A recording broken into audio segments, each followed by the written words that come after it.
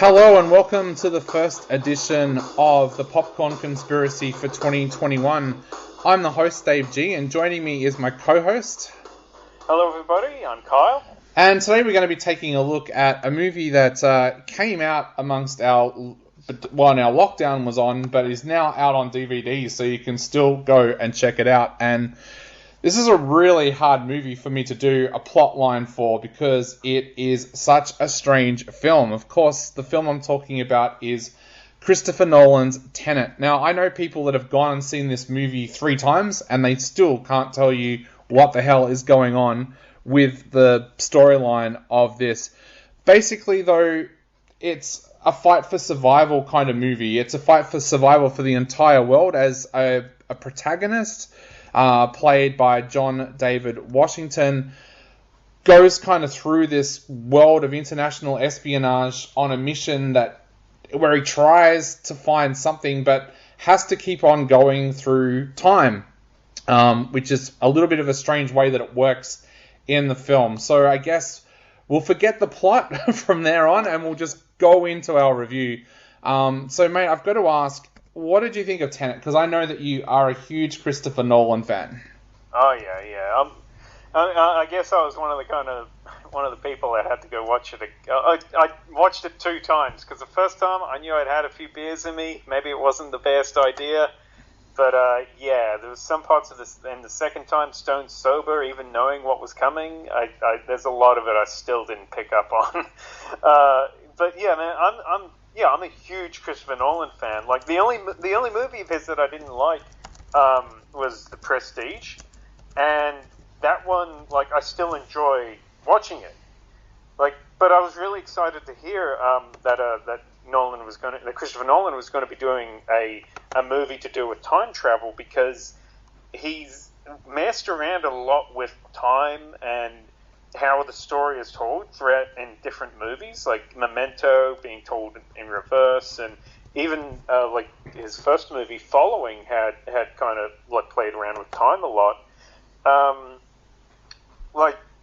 And I really like him as a filmmaker because he's one of the only huge blockbuster filmmakers who's able to like do completely off-the-wall original films like this. Every other filmmaker makes sequels, and like they don't really make big blockbuster movies the way that he does. But I really felt like this movie was kind of a misstep. Like I think that while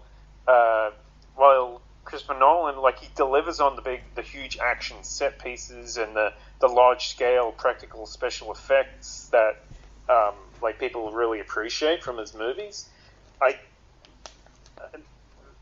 didn't think that the actual plot of the movie and the way that it was told was very well done. It's like it's not so the story isn't so much complex and like in need of multiple rewatches so much as it is just it's delivered in such a meandering and intentionally like indecipherable way that with like the performances mixed with the script and the sound editing, they all come together to make the movie like as impregnable to the audience as possible.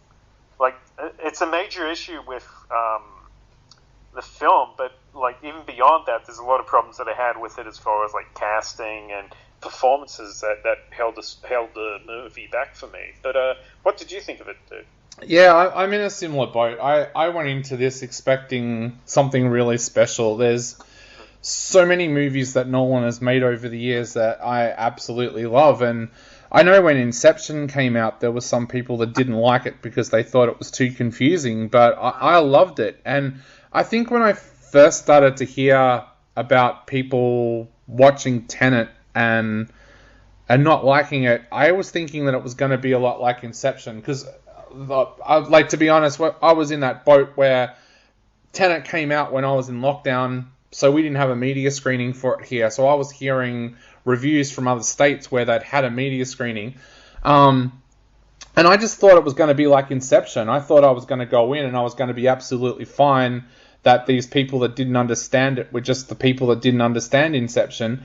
But I don't know, like, I don't want to say this because, like, I love Nolan as a director, but I think he went too far with this film. Like, when you start to hear things about, oh, he wouldn't let the audio just be played backwards, he made the actors learn their lines backwards and stuff like that, it's like, that's going into, like, a whole different territory that, like, is really weird when you consider that it would be really easy for the actors to just do their lines the way that they were and then play it backwards with audio. It feels like Nolan had something that he felt like he had to prove with this film, but he's just gone over the top. Like, a lot of people I know thought that Quentin Tarantino did the same thing with Once Upon a Time in Hollywood, that because of the length of the film that he'd done the same thing, that he went over the top. But I reckon Once Upon a Time in Hollywood is 10 times the movie of Tenet, because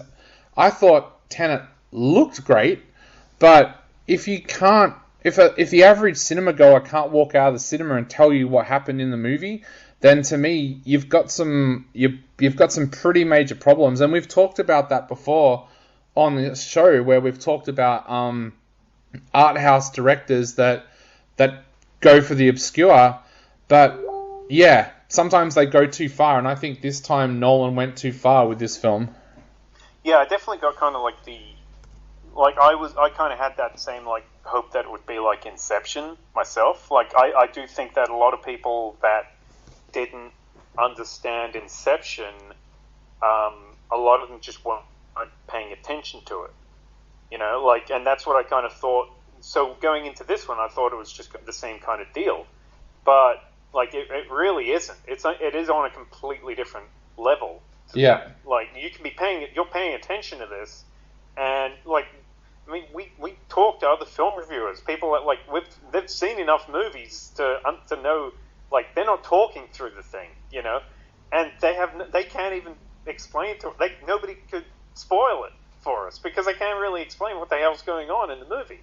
Yeah. Like, I really don't think like the story really doesn't do it any favors really, because like I feel like I think Christopher Nolan, like, is a really huge James Bond fan, and I think that like his fondness for those movies really influenced the Dark Knight trilogy as far as like gadgets and stuff like in the action scenes go, and Inception as well.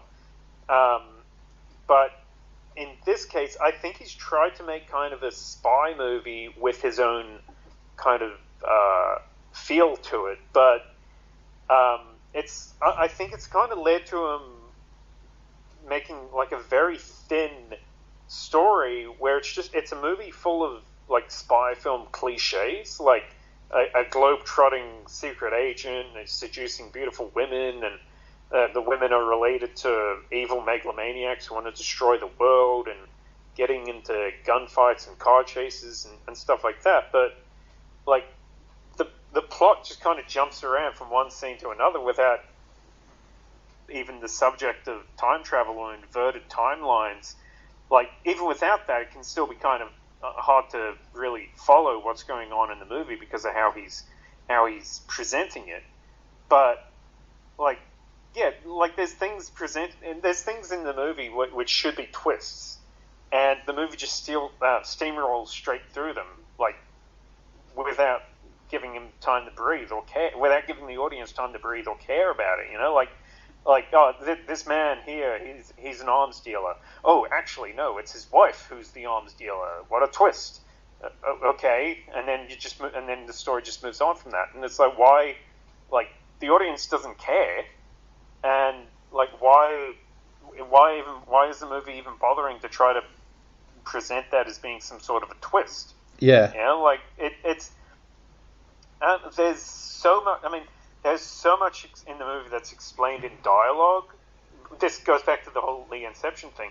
There's so much in the movie that's explained in dialogue that if you miss anything, you won't know why a character is doing something or what the hell is going on in the story. And again, like, it's like in Inception, that was because people just weren't paying attention. Here, it's almost like Christopher Nolan has done everything possible to make the movie as incomprehensible as possible for the audience. Yeah.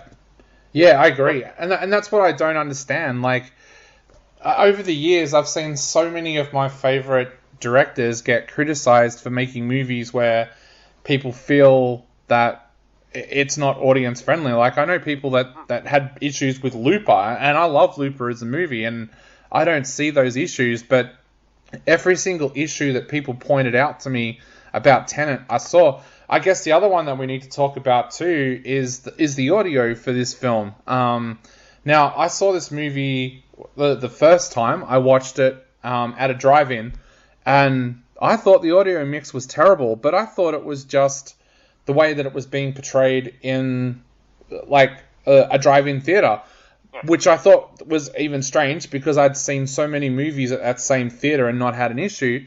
But I thought it was that, and then other people started saying to me, "Oh no, I saw it in a cinema and it's the same thing." It makes me wonder, how does such a brilliant director end up making a blockbuster movie with the audio mix so terrible that it points you can't even understand the dialogue that's being spoken? Did you find that as well? Oh, most definitely. Like, I mean, just to go back to what you're saying about Looper, I was thinking the exact same thing. Like that, like I like movies that have like time travel movies that are either like the story completely makes sense on a script level, or it's like Looper where it just has fun with it. Yeah. You know? And the story and it doesn't really matter that things don't line up that well. And that's why I loved Looper, because that was like, it was just having fun with the idea. This movie was kind of, as far as time travel went, it's kind of like, it's handling it like Looper, but it's doing it deadly serious, so it's not having fun with it. Yeah. You know, nothing like, it's so serious that it leads the audience to think about things and to question what's happening, but like the story doesn't make any sense. Like the idea of like bullets that go backwards through time, it doesn't really make any sense. But yeah, on the subject of audio, yeah, that has to be the biggest criticism I think I've seen for this movie, is how much dialogue in the movie is just muffled and unintelligible because of sound mixing, or because of how the scenes are edited, written, or directed. Like, actors they're delivering important exposition, and they very often sound like they're bored or distracted, or like they're being forced to talk when they want to sleep. You know, like, this isn't a knock on the actors. Like, it's not like because the actors are doing a bad job. It's because this is the way that Christopher Nolan has actually directed them to deliver their lines. But on top of that, it's mostly because of the sound mixing, where, yeah, characters are talking in the middle of gunfights, or on the side of a ship with heavy winds, or through gas masks, or muffled through a walkie-talkie, and like all of it with this blaring, unnecessary musical score over the top of it. And you can't blame the cinemas for this, like, because it's a worldwide issue, regardless of whether people are watching it on a monitor or a TV or cinema or drive-in. It doesn't matter. Everybody is having trouble understanding what the hell these characters are saying in this movie. I saw it at IMAX. Which is like it. Christopher Nolan actually had an introduction at the beginning of that movie. At the beginning of the film, Nolan has this introduction where he's saying that this is his preferred way to watch the movie, in an IMAX cinema with the IMAX sound setup and all that. And I could not understand what the hell the characters were saying. And like, it's 100% Christopher Nolan's fault, because this is something that people have been complaining about in Interstellar. It's something they were complaining about with The Dark Knight Rises, when they brought out the prologue thing that played before Mission Impossible 4 for The Dark Knight Rises. You can find that on YouTube, of how Bane actually sounded in the original prologue before they re-edited the sound, because you couldn't understand what the hell he was saying. And people recorded it on their phones. Like, they actually did change it because Bane was even harder to understand originally. And like, people have been saying this for like even since like Christian Bale in Batman Begins. People have been having a hard time understanding what characters are saying in Christopher Nolan movies for a long time, and it's just something that it's not just something that he hasn't gotten better at. He's gotten worse at. It's almost like he's intentionally doesn't want the audience to be able to make out what the characters are saying without subtitles. I really don't understand it. I shouldn't laugh, but I wonder how many people who saw Tenet in America where it went straight to VOD, I wonder how many people sat there and thought there was something wrong with their home entertainment speakers. Like, yeah. I just imagine some guy fiddling with his speakers trying to fix the problem, not realizing that it's with the actual mix of the film. Yeah, it's the way that the movie is, the sound mix on the movie is just, it's so bad, and this is how he wants it, and I do not understand. It's something I gave a pass to Interstellar for that, because I saw Interstellar in one cinema, and it sounded perfect. I could understand what all the characters are saying, and almost every time I've seen the movie since then in different cinemas, like IMAX or whatever, I've always had some kind of trouble understanding it. But I know that in that one cinema that I saw it in, I don't know what they did, but that one cinema I could understand all the dialogue, even despite the sound effects, despite the musical score, I could make it out. But this one, nah, it's like there's no fixing this one. For some reason, he's I don't know, he just didn't want people to be able to make out what the characters are saying in this movie. I don't understand what he was doing. Yeah, and you mentioned before that you had some casting issues as well. Yeah, I think the actors are pretty decent in it. Like Elizabeth Debicki and Robert Pattinson, I think, are the real standouts. Yeah, yeah. But it more like they give decent performances, but their characters are so weak and not really developed well. Like Debicki, her character wants a divorce from her husband, and like he won't let her go, and that's about it. Like in a Bond movie, Bond would meet this character, screw her, she'd betray her husband, and be killed within 20 minutes. And she'd generally be considered a poor example of a disposable Bond girl. But in this movie, that's her entire motivation for the entire film. She's there the entire time, and like she gives a decent performance, but and she has this like regal beauty and this aura about her that could have been utilized really well, but it wasn't. And Robert Pattinson, on the other hand, he steals the show with his performance, and I think like generally audiences see him, and like everything I've heard about like what people have seen this movie and thought, people generally see him as being like the shining star of the film, like having all the charisma of a leading man that he's proven himself to be with movies like The Lighthouse and stuff. But in here, he's just a supporting character. Yeah, yeah. And Aaron Taylor Johnson as well, Kick-Ass.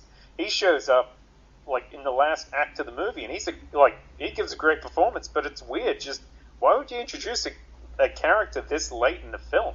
Yeah, I still get a feeling from that ending that he wants to do more with this universe, and I just hope that if he does, it's much better. But I agree with you with the casting. I thought Robert Pattinson did steal the show, and I'm so glad about that because I know it must be a Twilight curse because I hear the same thing said about Kristen Stewart. Whenever they get given a really good role, there's those people out there that are like, oh, not the people from Twilight. It's like, but then you go and watch their movies, and they've both made brilliant films ever since. And it's like, Robert Pattinson has been the same for me. Like, yeah, he's made some crap like Cosmopolis, but he wasn't the reason that Cosmopolis was a bad movie. In fact, he was the best thing about that film. But like when he got cast as Batman, there was all the, not the guy from Twilight playing Batman, it's going to be a sparkly Batman. It's like, no, this guy can actually pull off a movie like that because, and I think people sometimes forget that he stole the show even in a Harry Potter movie where he was like one of the side characters, and people walked away from the movie saying, who is that young British actor? He's brilliant. What did you think of John David Washington? I thought he was okay. It's really interesting because he was kind of plucked from obscurity for that role. Like, a lot of people would not have known who he was before going to see Tenet. And I think that almost helps him in a way. Like, I was thinking about this the other day. If that was someone like Idris Elba in that role, I'd probably be, like, kind of more critical because it is such a weird character. Like, his name is never mentioned in the film. The protagonist. Yeah. If it was someone like Idris Elba, I think it would actually be really harder on that role. But because it is played by someone who was a relative unknown for most of the cinematic world, we've kind of been a little bit more forgiving. I think he was okay in the role, but I just think Robert Pattinson took this to that next level that we've seen now in a few films that he can go to. Yeah, because that, like John David Washington, I just felt like, because this movie, like, it really felt like it wanted to be kind of like a Bond film, and for that, you really need to have, like, a really strong lead and a really strong antagonist. And I thought the movie kind of failed at both of them. Like John David Washington, as you say, he's okay, but I don't know, like, he doesn't really have that screen presence. He doesn't really command the screen as much as, like, his father does. Yeah. And he's outshined by his supporting cast in this, like, pretty much the same way that he was in like, in this, he's upstaged by Robert Pattinson in the same way that he was upstaged by Adam Driver in BlacKkKlansman. Yeah, and I think that part of that reason is because these other actors have got more experience. Mm-hmm. Yeah. But then on the other hand, like Kenneth Branagh is somebody plenty of experience, and like, we know he's a great actor, we know he's a magnificent actor, but I don't know, like, here I thought that he was playing, I don't know, the villain character that he was playing, it just felt like a villain of the week from a show like Alias or 24. Like, yeah, you know, he's a great actor, but he wasn't really given a standout performance in this movie, I thought. Yeah, exactly, and that's always going to happen, I think, and it's something it's why normally you would not cast an actor with that kind of experience in the title role like that. I mean, and sometimes people can pull it off. Like, I was thinking just then of the Aussie actress, I can't think of her first name, but I know her surname is Pretorius in Unhinged, casting her alongside Russell Crowe. That was one of the things for that film that I thought worked, was she's this young actress that hadn't really done much, and she kind of matched it with, like, one of Hollywood's leading stars. And yeah, I don't think the opposite. Oh no, I thought she worked, and, like, I've seen her again this week in the new Aussie movie High Ground as well. Oh, yeah. And that's another one where she's, like, just thrown in the ring with, like, Jack Thompson, Simon Baker, Aaron Pedersen. Like, she's got a who's who of Australian acting royalty around her. And she does another great job. But yeah, I think that was always going to be an issue for John David Washington in this film, in that he's got such a stellar cast around him that, unfortunately, Robert Pattinson outacted him, and that's no offense to Robert Pattinson. That's not like the guy tried to steal the lead's limelight or anything like that. It's just, it comes down to their acting ability and the experience behind them. Yeah, I don't know what it is exactly, but yeah, Robert Pattinson just really did steal the show, and like, I know a lot of people are kind of thinking, maybe it would have been better to have Robert Pattinson as the star of the film. Maybe he would have been able to carry it a little bit better. Yeah, exactly. I was thinking the same thing. Like I said before, it's not the first time that's happened with Robert Pattinson. A lot of people that I'm trying to think I think it was the Goblet of Fire with the Harry Potter movies. A lot of people came out of that film saying Robert Pattinson outacted, like, the three teenagers that we were supposed to be following, and yeah, apparently that's how he got Twilight, was because of his performance in that film. But it's just something that I think directors and casting agents need to be aware of. You can't cast Robert Pattinson as your number two. As your character. number two or the sidekick character, because he will outact the person that you've got in the lead role. So, yeah. Well, I guess that leads us to what did we think of this film all up? Like, what are you going to give this movie out of 5 and why? I'm going to give this 2.5 out of 5. Like, I for a lot of the reasons I'm saying, just I can't fault Christopher Nolan at all on his eye for visual spectacles, and like I appreciate that he does things with as little use of CGI as possible. And like here, the movie could have been like a real spectacle, like the way that Tom Cruise's Mission Impossible movies are. But I don't think that it had the story or the lead actor that really could complement those action sequences. Like at one point, it's a big dumb action movie with plane crashes, and at another point, there's two boring characters sitting down discussing something we don't understand or care about. Yeah. And I did. It's the problem that I really did find the time travel, the inversion of time and objects within time. I found that to be really interesting, and I really like there's one fight scene in the movie where a guy that's going forward through time is in a fight with a guy that's going backwards through time. That was really interesting, that was like visually great eye candy. But sadly, just the problems of the movie really kind of held it down and didn't really make it that huge spectacle of a film that I think it could have been. So it's going to be 2.5 out of 5 for me. Yeah, I'm probably going to be a little bit harsher than you. I'm going to give it 2 out of 5. Again, I loved some of the action sequences in this film, and I thought that was really well done.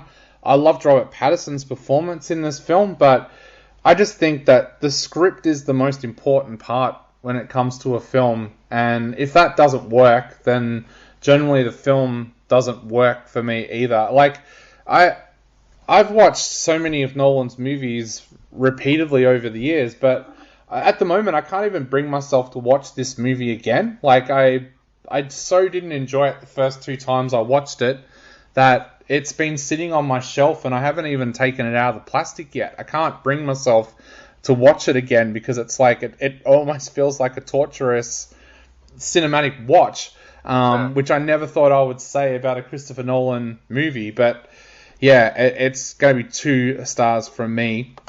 And that's it for this episode of The Popcorn Conspiracy. Kyle gave Tenet 2.5 out of 5. I gave it 2 out of 5. Go along though, have a look at it. Go out and buy it now it's out. Watch it at home, see what you think, and then let us know on social media what you thought of Tenet. But yeah, it's only just a pass from us here. But for now, I've been Dave G. And I've been Kyle. And we'll be back soon with another episode of The Popcorn Conspiracy.